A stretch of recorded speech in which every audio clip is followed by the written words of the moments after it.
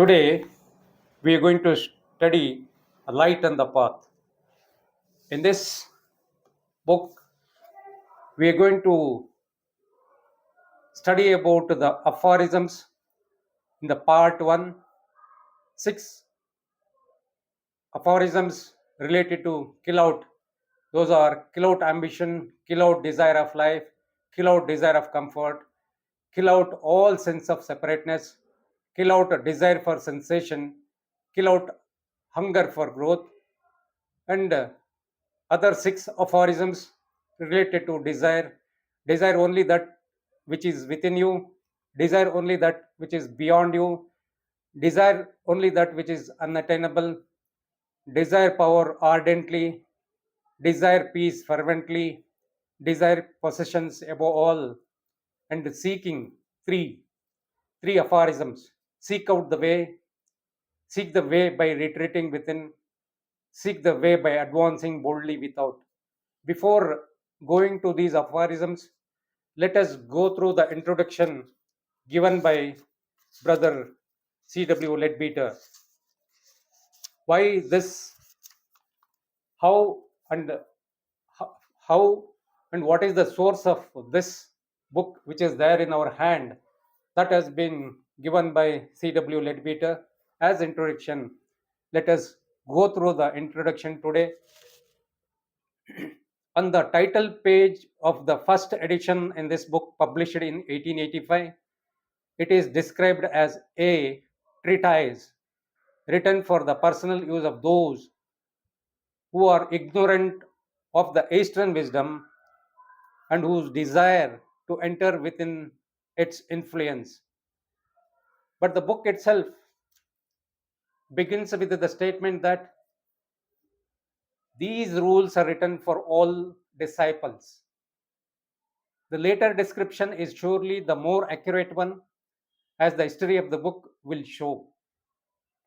As we have it at present, it was dictated by the master Hilarion through the mediumship of Mabel Collins, a lady well known in theosophical circles, who at one time collaborated with Madame Blavatsky in the editorship of Lucifer.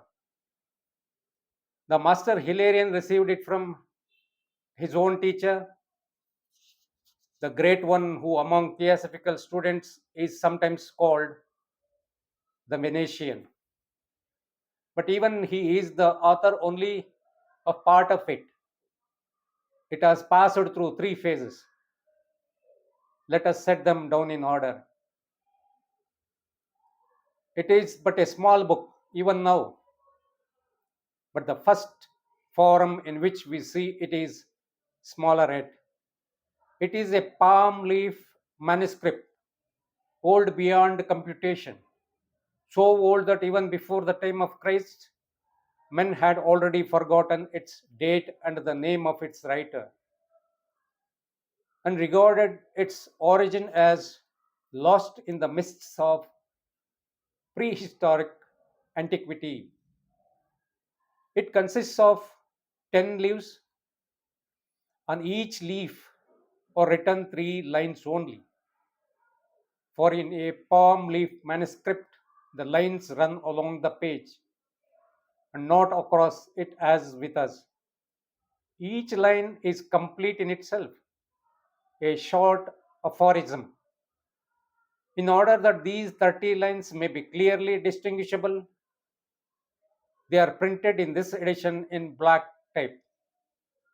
The language in which these aphorisms are written is an archaic form of Sanskrit. The Venetian master translated them from Sanskrit into Greek for the use of his Alexandrian pupils, of whom the master Hilarion was one in his incarnation as Iamblichus. Not only did he translate the aphorisms, but he added them certain explanations which shall do well to take along with the original. For example, if you look at the first 3 aphorisms, we shall see that the paragraph marked 4, which follows them, is clearly intended as a commentary, so that we should read it thus: kill out ambition, but work as those who are ambitious. Kill out desire of life, but respect life as those do who desire it. Kill out desire of comfort, but be happy though, or as those or who live for happiness. All these explanations and amplifications of the Venetian master are printed in ordinary type, and they, with the original aphorisms, represent the book as it was first published in 1885. For the master Hilarion translated it from Greek into English and gave it in that form almost immediately after it was printed. He added to it a number of most valuable notes of his own.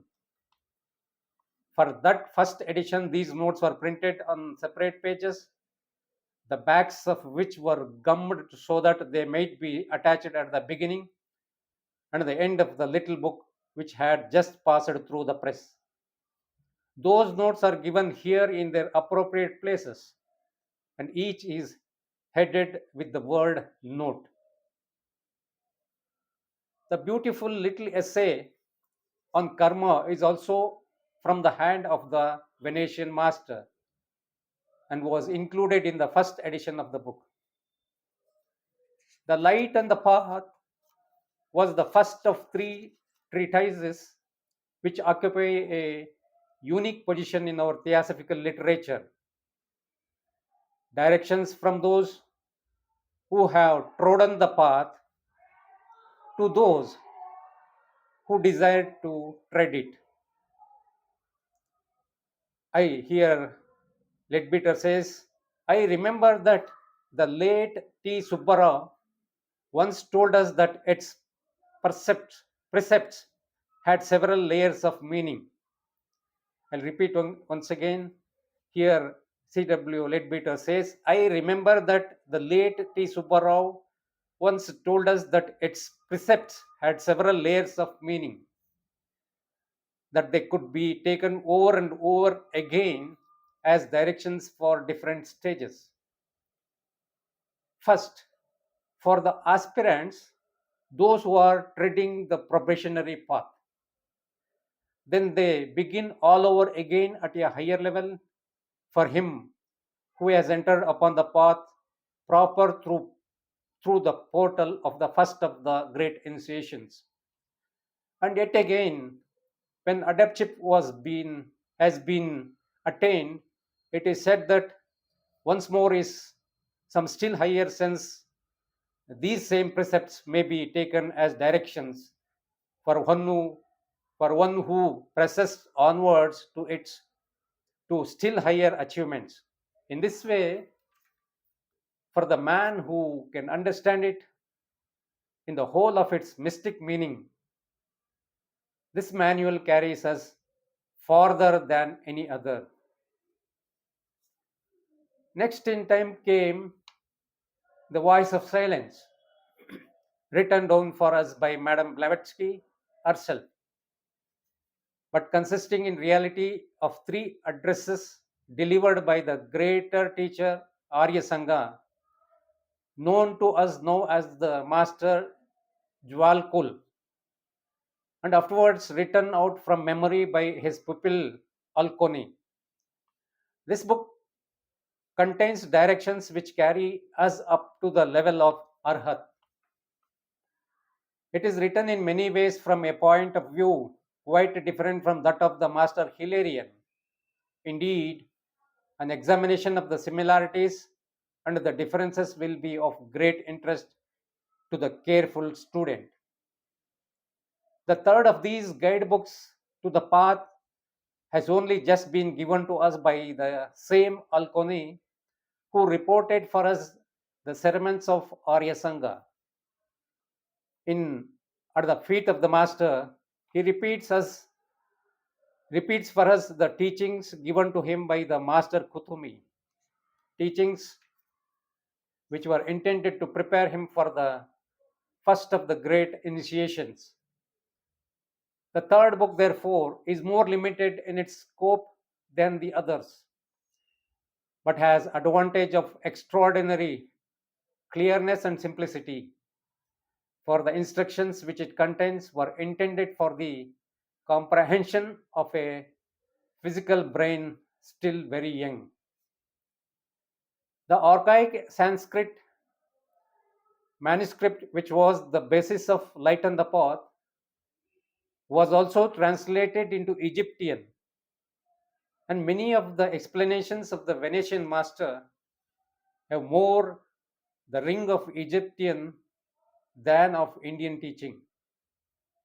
Egyptian or Indian, there is no more precious gem in our theosophical literature, no book which will better repay the most careful and detailed study.